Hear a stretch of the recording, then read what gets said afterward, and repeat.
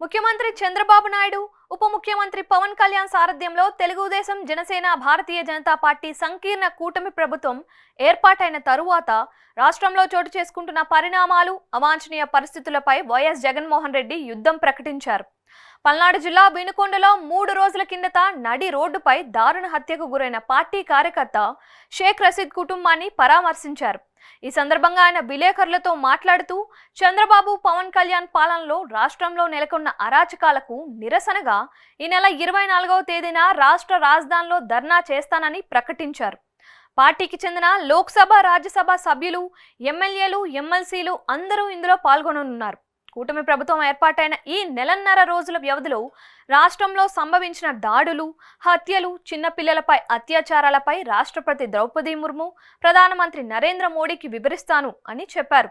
ఈ ప్రకటన జగన్ పాత రోజులను గుర్తు చేసినట్లయింది. ఆయన రాజకీయ జీవితం ఆరంభమైంది అక్కడి నుంచే కదా. పోరాటాలకు బీజం పడింది ఢిల్లీలోనే.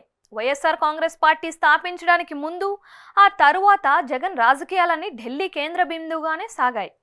మొదట్లో కాంగ్రెస్లో కొనసాగిన జగన్ ఆ తరువాత ఆ పార్టీ నుంచి బయటకు వచ్చిన విషయం తెలిసిందే. ఓదార్పు యాత్ర నిర్వహించడానికి అనుమతి కోసం అప్పటి కాంగ్రెస్ అధినేత్రి సోనియా గాంధీని ఢిల్లీలోనే కలిశారు జగన్. ఆమె అంగీకరించకపోవడంతో కాంగ్రెస్కు గుడ్ బై చెప్పాలనే నిర్ణయాన్ని అక్కడే తీసుకున్నారు. ప్రతిపక్ష నేతగా ప్రత్యేక హోదా కోసం పలువురు జాతీయ స్థాయిలో నాయకులను ఢిల్లీలో కలిసిన సందర్భాలు ఉన్నాయి. ఇదే డిమాండ్తో 2015 ఆగస్టులో ఢిల్లీలో నిరాహార దీక్షను చేపట్టారు ఆయన.